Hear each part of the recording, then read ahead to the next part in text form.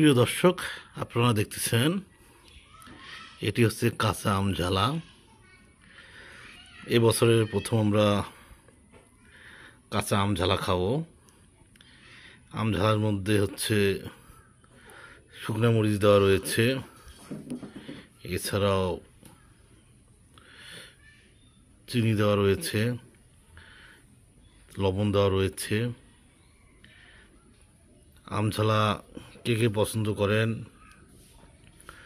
তারা অবশ্যই কমেন্টস করবেন আম ঝালাটি কেমন হয়েছে। আপনাদের মতামত জানাবেন। হালকা চিনি রয়েছে আম ঝালায়, শুকনো মরিচ রয়েছে, লবণ রয়েছে। যে যেখান থেকে এই মুহূর্তে এই আম ঝালার ভিডিওটি দেখলেন, সবাইকে ধন্যবাদ।